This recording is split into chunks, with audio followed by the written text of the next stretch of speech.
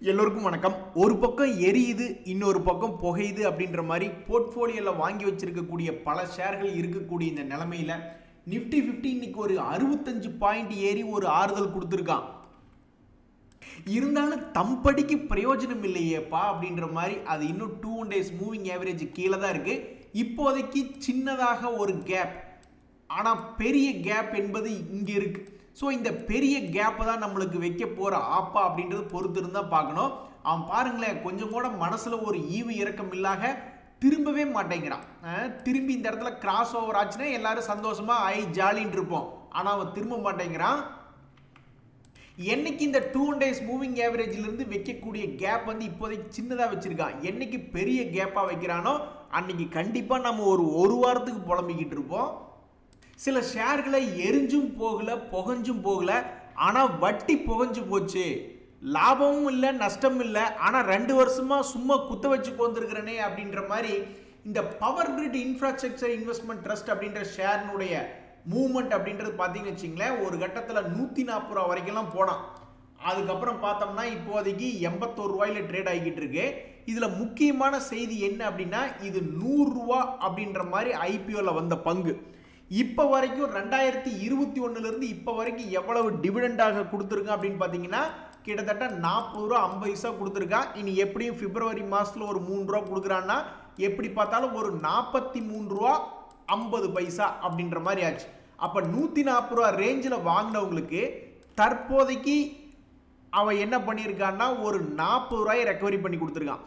அப்படி பார்த்தாலும் இப்போ கரண்டாக இருக்கக்கூடிய 81 ரூபாய்க்கு கிட்டத்தட்ட 18 ரூபா அப்படின்றது நஷ்டம் தான். ஒருவேளை யாராவது ஐபிஓல 100 ரூபாய்க்கு வாங்கியிருந்தாங்கன்னா, ஃபர்ஸ்டேவும் முதல்லையேவும் ஐபிஓல 100 ரூபாய்க்கு வாங்கி இப்போ வரைக்கும் வச்சிருக்காங்க அப்படின்னு பார்த்தோம்னா அவங்களுக்கு லாபம் அப்படின்னு பார்த்தாலும் அவங்களுக்கு எவ்வளவு லாபம்னா 100 ரூபாய்க்கு 20 ரூபா தான் லாபம். அது எத்தனை வருஷத்துக்கு அப்படின்னு பார்த்தீங்கன்னா கிட்டத்தட்ட 1 2 3 வருஷத்துக்கு 100 ரூபாய்க்கு 10 ரூபா. இது ஒரு நான் சொல்றது இன்னைக்கு வித்துட்டு போகணும்னு நினைக்கிறவங்களுக்கு 80 ரூபாய்க்கு 100 ரூபாய்க்கு வாங்கியிருக்காங்க. இப்போ 80 ரூபாய்க்கு வித்துட்டு போனாங்கன்னா 43 ரூபா வரப்போகுது. அதில் 20 ரூபாய்க்கு கழிச்சுட்டு மீதி ஒரு 20 ரூபா அப்படின்ற மாதிரி போட்டிருக்கேன்.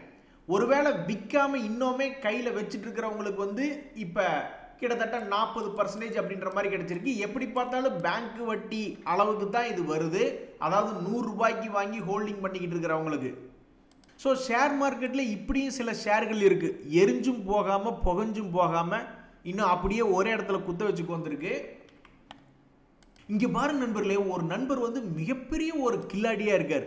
அவர் எப்பெல்லாம் 1 லிட்டரு பெட்ரோல் போடுறாரோ அந்த ஐஓசி பங்க்கில் அப்போல்லாம் வந்து ஒரு ஷேர் ஐஓசியும் வாங்கிடுறாரு.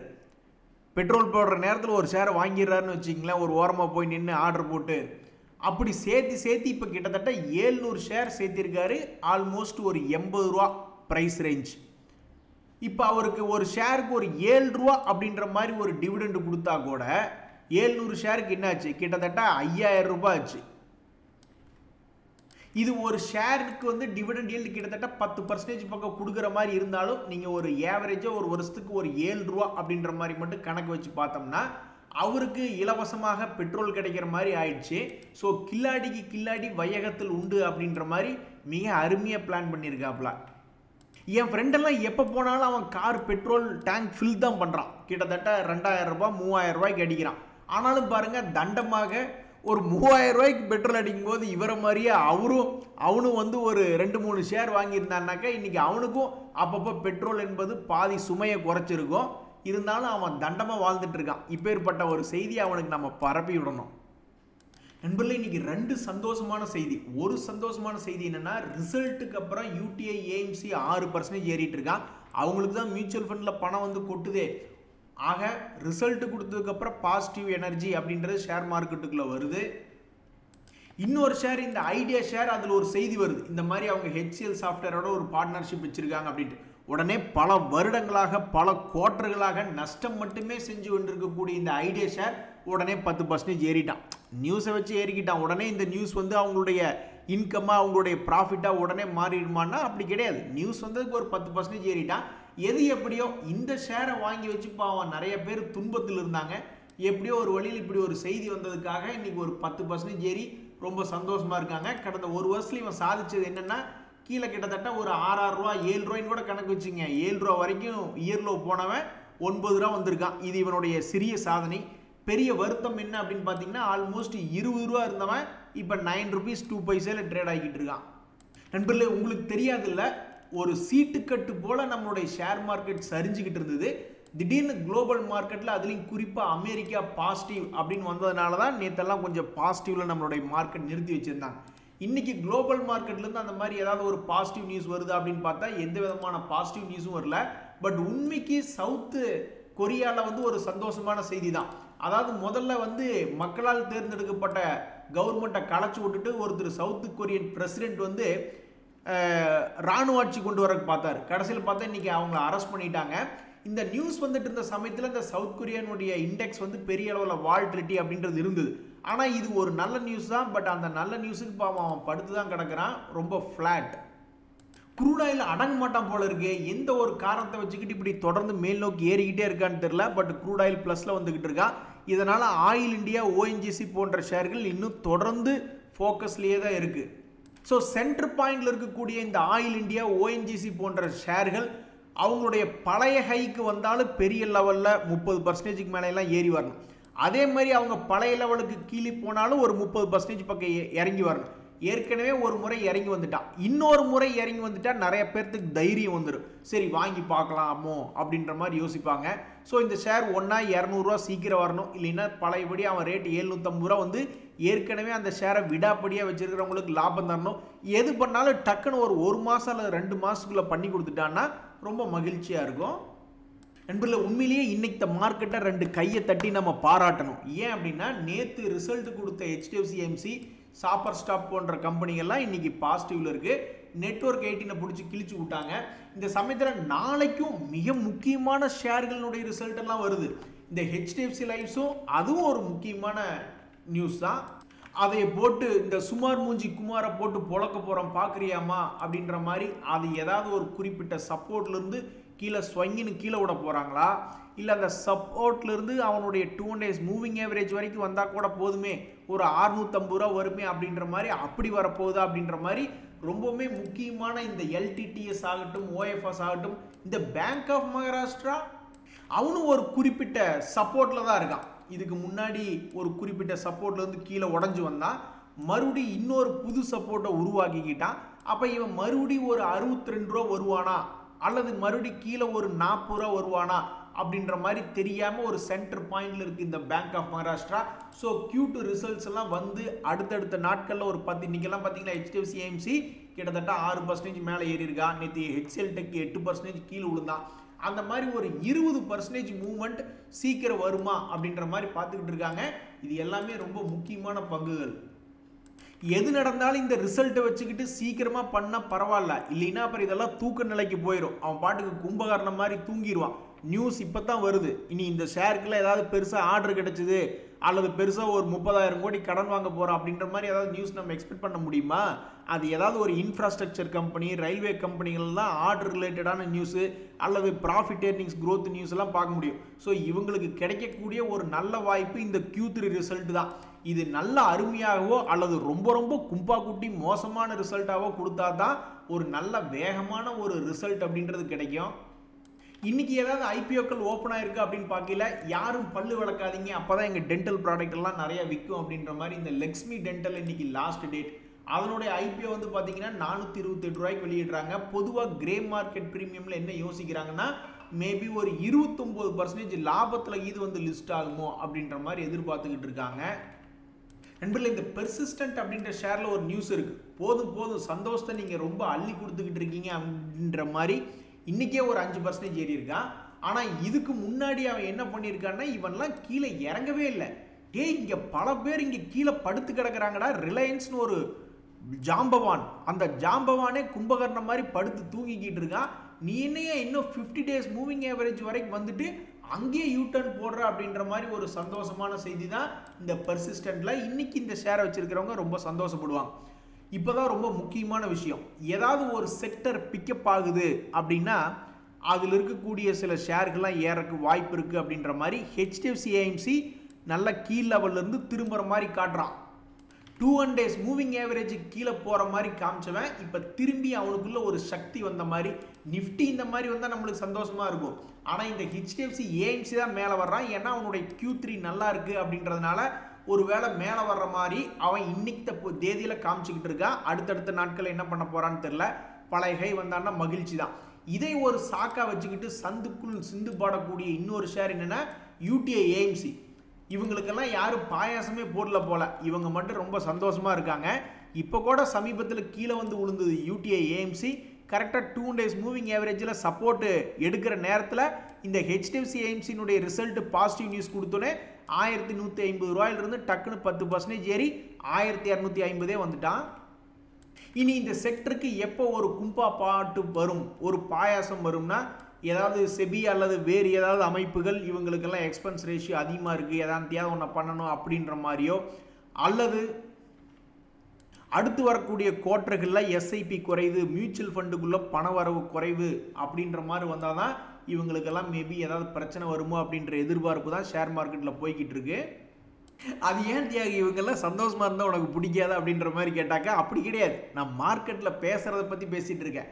நிறைய பேர் வந்து மார்க்கெட் இறங்குது, மியூச்சுவல் ஃபண்டெல்லாம் விற்றுட்டு ஓடி போயின்னு யாராவது ஒருத்தர் சொல்கிறாங்க, அல்லது அவங்க மனசுக்குள்ளேயே நினச்சிக்கிறாங்க.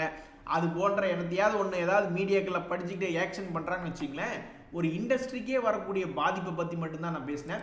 இந்த சமயத்தில் வந்து ஐநாக்ஸ் விண்ட் அப்படின்ற ஒரு ஷேர் ஏற்கனவே பெரிய அளவில் கீழே இறங்கினவன் தான், ஏதாவது அதிரடி காட்டுவானா அப்படின்ற மாதிரி மக்கள் பார்த்துக்கிட்டு இருக்காங்க. பட் பொதுவாக என்னென்னா சென்டர் பாயிண்ட்டை வச்சுக்கிட்டு மார்க்கெட் மேலே இருக்கும் பொழுது ஒரு வேளை கீழே வருவானான்னு யோசிக்கிறதும், ரொம்ப கீழே இருக்கும் பொழுது கொஞ்சம் மேல் நோக்கி வருவானா யோசிக்கிறதும் மனிதனோட இயல்பு. அந்த வகையில் இவன் அதிரடி காட்டுறதுக்கு இங்கிருந்தே ஏறினா ரொம்ப குறைவான அதிரடி, இன்னும் கொஞ்சம் நல்லா கீழே விழுந்து ஒரு 100 ரூபா வரைக்கும் விழுந்துட்டு அங்கிருந்து ஒரு அதிரடி காமிச்சானா ரொம்ப நல்லா இருக்கும். ஆனால் உண்மையிலேயே இன்னைக்கு யார் சூப்பரான ஒரு அதிரடி காமிச்சாங்க, எதிர்பாராத ஒன்றை எதிர்பாருங்கள் அப்படின்ற மாதிரி இந்த இண்டஸ் டவர் தான் உண்மையிலேயே இன்னைக்கு ஒரு சிறப்பான அதிரடி. இந்த அதிரடி தான் எல்லாருமே மற்ற ஷேர்களில் அவங்க வாங்கி வச்சு புகஞ்சு போய் தீஞ்சு போய் இருக்கக்கூடிய ஷேர்களை எதிர்பார்க்குறாங்க. கீழே விழுந்ததுக்கப்புறம் எப்படி ஒரு 3 நாள் கடந்த 3 நாட்களாக திங்கள் செவ்வாய் புதன் 3 நாள் ஷேர் மார்க்கெட் சப்போர்ட் பண்ணுது. சப்போர்ட் பண்ணோடனே அப்படியே ஒரு யூட்டர்ன் போட்டு 310 ரூபாயிலிருந்து இப்போ 350 ரூபா வர்றான். இதனால் என்னென்னா அவன் தலைக்கு மேலே இருந்த சில ரெசிஸ்டன்ஸ் எல்லாம் தாண்டான். எல்லாருமே இப்படி தான் ஆசைப்படுறாங்க. கீழே விழுந்த ஷேர் டக்குன்னு மார்க்கெட் ரெக்கவரி ஆகும்போது நல்ல ரெக்கவரி ஆகணுமே அப்படின்ட்டு அந்த வகையில் இன்னைக்கு கவனத்தை ஈர்த்த ஒரு ஷேர் என்னென்னா இண்டஸ் டவர்ஸ் தான். இந்த ஷேரை வச்சிருக்கிறவங்களாம் என்ன நினைப்பாங்கன்னா, ஐயோ ஒரு வேளை நம்பிக்கையாக இருந்து ஒரு 450 ரூபா வந்துச்சுன்னா உனக்கு ஒரு கோடி கும்பிடு உன்னை விட்டுட்டு ஓடி வந்துடுவையா அப்படின்ற மாதிரி பல பேர் நினச்சிக்கிட்டு இருப்பாங்க. அந்த மாதிரி வருதா, தொடர்ந்து இதுக்குள்ள மொமெண்டம் இருக்கா, இல்லை சில நாட்களில் மொமெண்டம் கருகி போயிருதா அப்படின்றத பொறுத்து இருந்தால் பார்க்கணும். அடுத்து நம்ம பார்க்கக்கூடிய இந்த தேவயானி ஷேர், இதை யாரெல்லாம் வச்சுருக்காங்களோ இன்றைக்கி ரொம்பவுமே மகிழ்ச்சியாக இருப்பாங்க. என்ன காரணம்னு கேளுங்க. இந்த ஷேர் ஏற்கனவே அவனுடைய ப்ரீவியஸ் ஹையை ஒரு தடவை ஜம்ப் பண்ணி அழகாக போய் தொட்டுட்டான், ப்ரீவியஸ் ஹை தொட்டுட்டான். ஸோ யாராவது வாங்கினவங்க வந்து ஒரு வேளை வெளிவரணும்னு நினச்சிருந்தா கூட நஷ்டத்துக்கு இல்லாமல் ஓரளவு வாங்கின ரேட்டு பக்கத்திலே வெளிவந்திருப்பாங்க. அப்படி ஒரு வாய்ப்பு கொடுத்த உடனே தொடர்ந்து 5 நாளாக கீழே போய்கிட்டே இருந்தால் நல்ல ஒரு கீழ் ரேட்டு போவானா அப்படின்னு ஸ்மார்ட் மணி கான்செப்டில் இருந்தவங்கலாம் பார்த்துக்கிட்டே இருந்தாங்க. பட் அவன் 200 days மூவிங் ஆவரேஜ்லேயே அப்படியே ஒரு ஜம்ப் 170 ரூபாயிலிருந்து இன்னைக்கு 194 ரூபா, ரொம்ப மகிழ்ச்சி. இன்னொரு முறை மறுபடியும் 213 ரூபா போய் ஏற்கனவே வாங்கினவங்களையெல்லாம் ரிலீஸ் பண்ணி விட்றானா இல்லையா அப்படின்றது பொறுத்திருந்து தான் பார்க்கணும். இந்த எம்சிஎக்ஸ் ஷேரை பார்க்கறதுக்கு நல்ல பௌர்ணமி மாதிரி பளிச்சுன்னு இருக்கு. ஆனால் நம்ம வச்சிருக்கக்கூடிய பல ஷேர்கள் அமாவாசை மாதிரி இருட்டடைஞ்சு கிடக்கு. என்ன காரணம்னா இந்த எம்சிஎக்ஸ் எல்லாம் வந்து 200 days மூவிங் ஆவரேஜ் பக்கத்தில் வராமையே அதுக்கு முன்னாடியே ஒரு சின்ன கேப் வச்சு அங்கேயே அப்படியே யூட்டர்ன் போடுறான். பொதுவாக ஒரு புல்லிஷ் மார்க்கெட் நல்லா இறங்கவே இறங்காது, நல்ல அருமையான மார்க்கெட்னா தான் இப்படி ஏறிக்கிட்டே இருப்பானுங்க. 50 days மூவிங் ஆவரேஜ் கிட்டே சப்போர்ட் எடுத்து ஏறிடுவானுங்க. ஒருவேளை 50 days மூவிங் ஆவரேஜ் உடைச்சா கூட 200 days மூவிங் ஆவரேஜ் கிட்ட வந்து சப்போர்ட் எடுப்பாங்க. இவன் அதுக்கும் மேலே அப்படின்ற மாதிரி அந்த இடத்துல வராமையே 5000க்கு பக்கத்தில் வராமையே 5500லேருந்து 6000 வந்துட்டான். நீங்கள் மட்டும் இந்த ஷேரை வச்சிருக்கிறவங்க மட்டும் நல்லா சந்தோஷமாக பௌர்ணமியில் இருக்கிற மாதிரி ஜாலியாக இருப்பீங்க. நாங்கள் அமாவாசை இருட்டுக்களில் வாழ்ந்துக்கிட்டு இருக்கோம் அப்படின்ற மாதிரி சில ஷேர்கள் இருக்குது.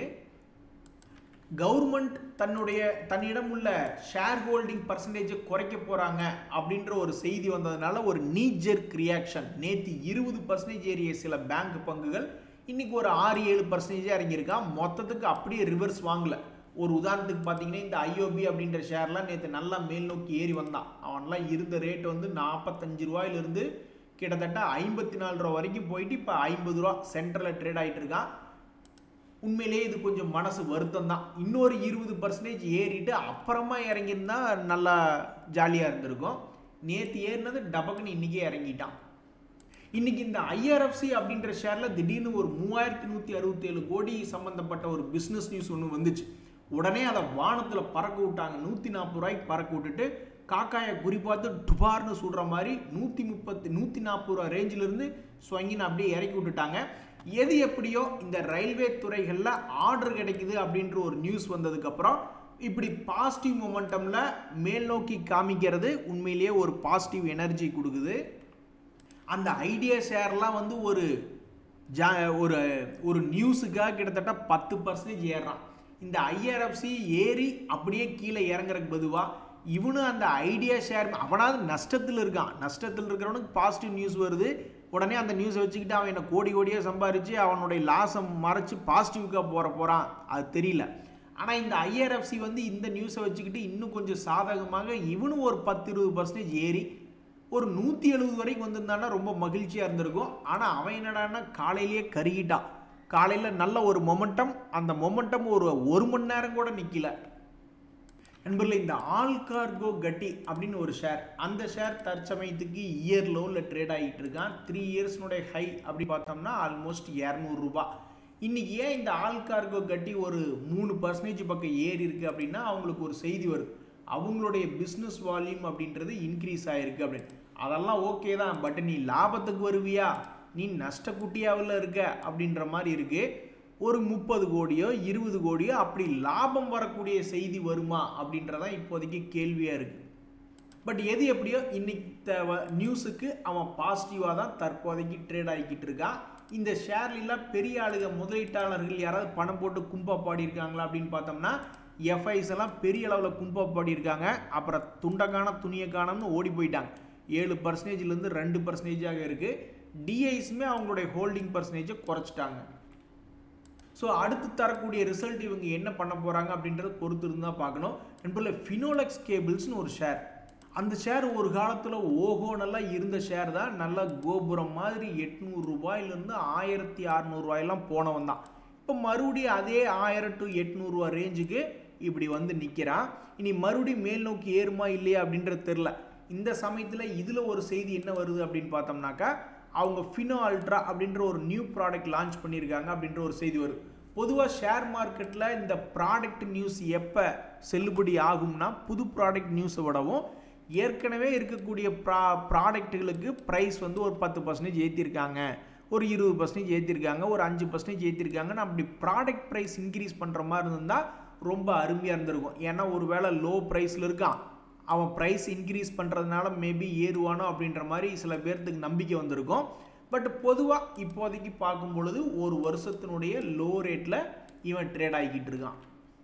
நான் இந்த 1 லிட்டர் போட்டால் ஒரு ஷேர் ஐஓசி வாங்கி வைக்கணும் அப்படின்ற ஸ்டோரியை குழந்தைகிட்ட சொன்னேன்னு வச்சிங்களேன், குழந்தை என்ன சொல்லுன்னா, ஏப்பா அப்போ நம்ம கேஎஃப்சி பிஸா ஹட்டுன்னு அடிக்கடி நம்ம போய்கிட்டு இருக்கோம், அப்போ நம்ம ஒவ்வொரு பர்கரும் ஆர்டர் பண்ணும் பொழுது ஒவ்வொரு ஷேர் தேவயானி வாங்கினா எதிர்காலத்தில் எங்கள் குழந்தைகளுக்கு நாங்கள் வந்து ஃப்ரீயாக பர்கர் வாங்கி கொடுத்துருவோமே அப்படின்ற எண்ணத்தில் தான் இருக்காங்க.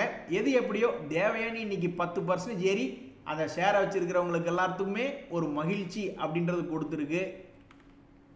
எனக்கு 2 நாளாக வயிற்று வலி. டாக்டர் வந்து நீங்கள் வெளியே சாப்பிட்றத பற்றியே நினைக்கக்கூடாது அப்படின்ற பொழுது தான் இந்த தேவையானலாம் குறுக்க வந்து இந்த வடிவேல் அவர்கள் வந்து இனிமேல் நீ விஸ்கி பற்றியே நடக்கக்கூடாது அப்படின்னு சொல்லும்போது தான் ஏன்னு விஸ்கி நடக்கிறீங்க அப்படின்ற மாதிரி இன்னைக்குன்னு பார்த்து இந்த தேவயானி பிசாகட் மேலே ஏறி இருக்கு. இனி என்ன பண்ணுறது? இன்றைய தவிர அனைத்து உங்களுக்கு உதவியாக இருந்ததுன்னா எனக்கும் மகிழ்ச்சி தான். ரொம்ப நன்றி, வணக்கம்.